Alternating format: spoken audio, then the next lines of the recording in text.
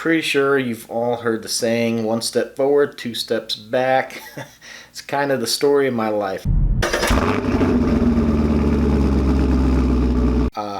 Last night I went ahead and got ready to put the timing chain cover on. I put silicone on the block, I put silicone on the cover, went and put the gasket on there, and then I tried to push the timing chain cover into the block and push it forward.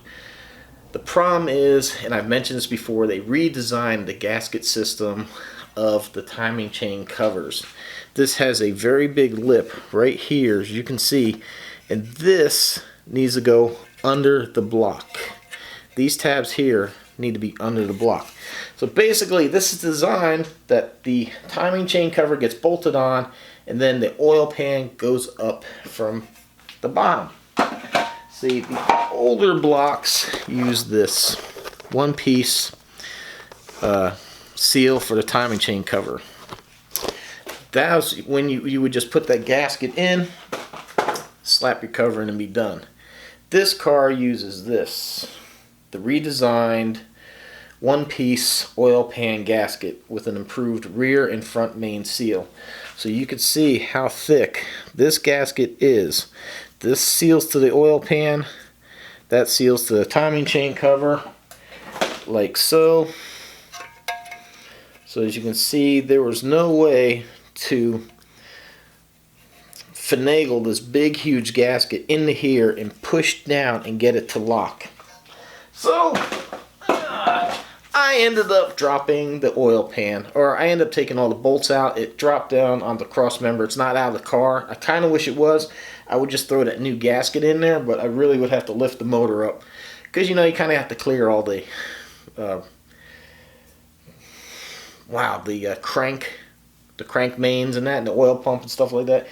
And it won't do it sitting in the car, but I do have it drop down. I took all the bolts out, which was a hassle in and of itself. On the passenger side of the car, I had to drop the starter motor and take the plastic cover off the torque converter, that plastic torque converter cover off, so I can get to the two last bolts of the oil pan. And I had mentioned before, there was two coolant lines that went around to the oil filter. Just above the oil filter are these two lines that run all the way around the front of the car. So this is where the timing chain cover was, and then this came up and about.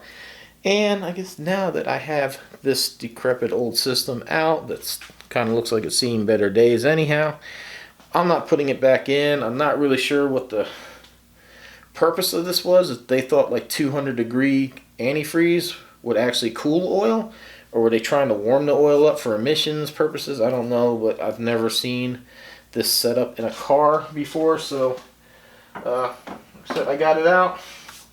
Why deal with the hassle of putting it in? So what was supposed to be a really simple process of slamming the cover on there, bolting it up, and then I was going to throw the water pump on there, turned into an all day long debacle. But I do have right here,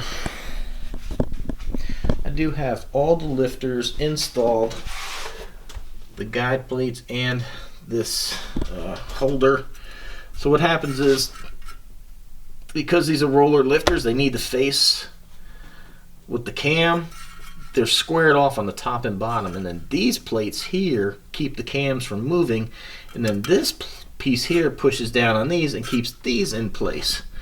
So that's the whole deal with the roller lifters. I guess you really do need a block designed for roller lifters to put these in. And then here is my dropped oil pan. So now I have enough clearance to go ahead and put that in, and look at that beautiful double roller timing chain. So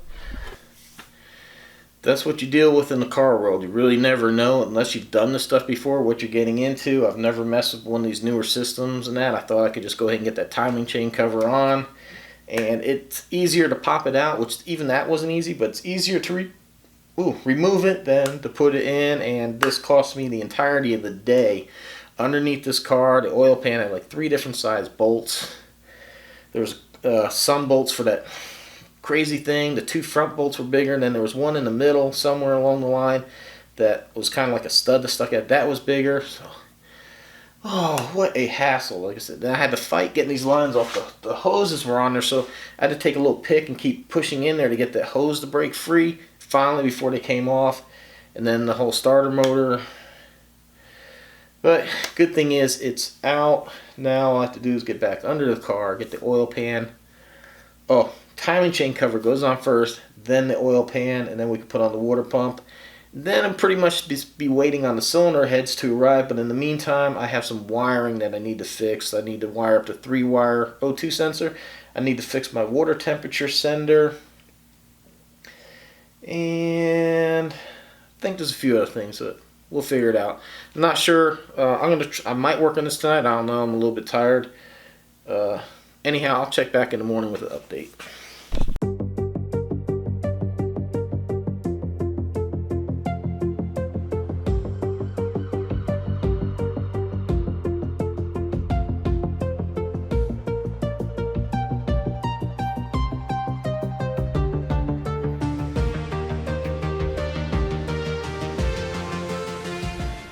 Ran into a slight problem installing the balancer.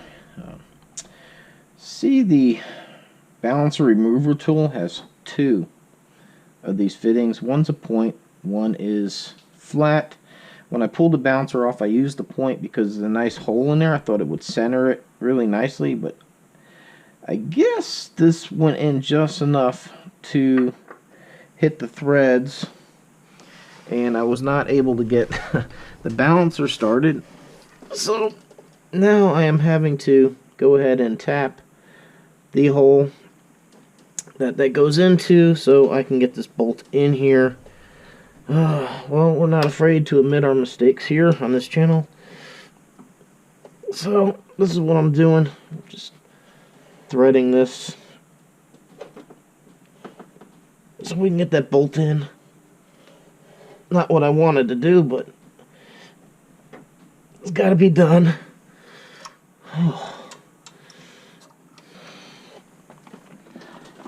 Also, I was cleaning up some of the grease from this idler arm that's sitting right here, or the pin, yeah, idler. And I went like that to clean it and took the rubber boot right off. It disintegrated, so now I got another idler arm coming. Figure may as well do it right now while it's easy to get at. The 2 bolts are right here. That bolt's there. There's nothing in the way. This is going to probably be the easiest opportunity I have to go ahead and fix that. So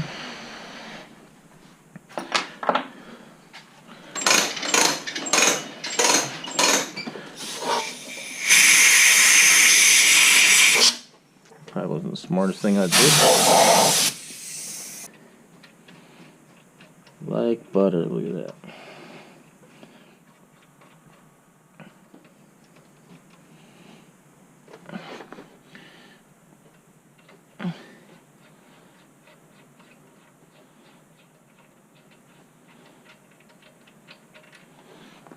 Okay, try this again. Alright, finally making some progress here in the engine bay. You might notice quite a few changes right here.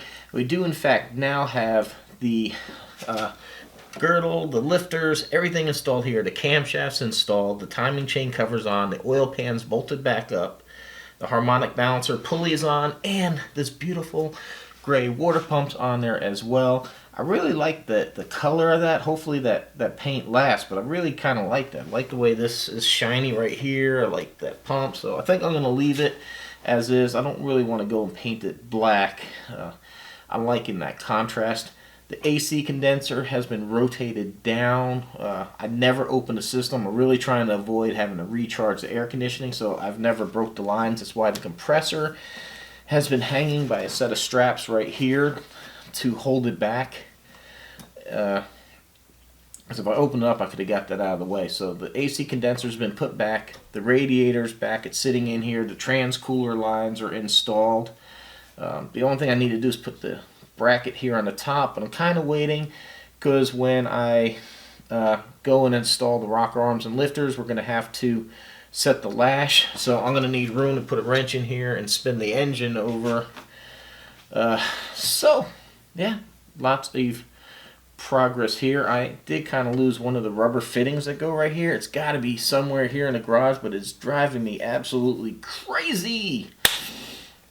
So I have not heard from the guy making me the intake, if he got the parts in, if it's been shipped as of yet. Hopefully maybe by next video I'll have an update on that. Still got a few odds and ends to work on here, so look for that on the next video. Got in contact with the LED headlight giveaway, Kenneth Owens. I got his contact information, forwarded that to Auxbeam. Believe I talked to him before in an earlier video. He's another fellow veteran, so thank you for your service, sir. Thank you for continuing to carry that torch for the rest of us. So good times. Be a nice little Christmas gift to him. And I didn't pick him. It's totally random, but I'm glad it's going to another veteran. That's kind of cool. So yeah, so lots of progress being made. Still got, like I said, stuff to do, so make sure you subscribe and stay tuned. You're going to want to hear the day this car, we hit that key and start this thing up and hear this big cam thumping and find out how much power can we get out of a stock bottomed L98 5.7 tune port engine. Because we're not touching, like I said, we're not touching the bottom. We're keeping the factory pistons, everything on here. This car's got 96,000 miles on it, so it dynoed at 200 horse to the wheels. And we had overheating problems, so we're going to see if cleaning the leaves up, a new water pump, nice clean antifreeze, lowering the thermostat. We're putting a 180 thermostat in here. We're going to tune it to kick the fans on sooner, and we're going to see if we can't cure some of the overheat problems on these cars as well. So make sure you subscribe and stay tuned. Thank you everyone for your continued support. Stay tuned for more videos. Thanks for watching. Like, shares, comments, definitely appreciate it. Links down below if you're doing any shopping on Amazon and that. It really helps me out. I get a small commission for directing you there. You don't have to buy anything from any of those links as long as I direct you. Don't forget hoodies, t-shirts, all that good stuff for Christmas. Thanks for watching, and we'll see you on the next one.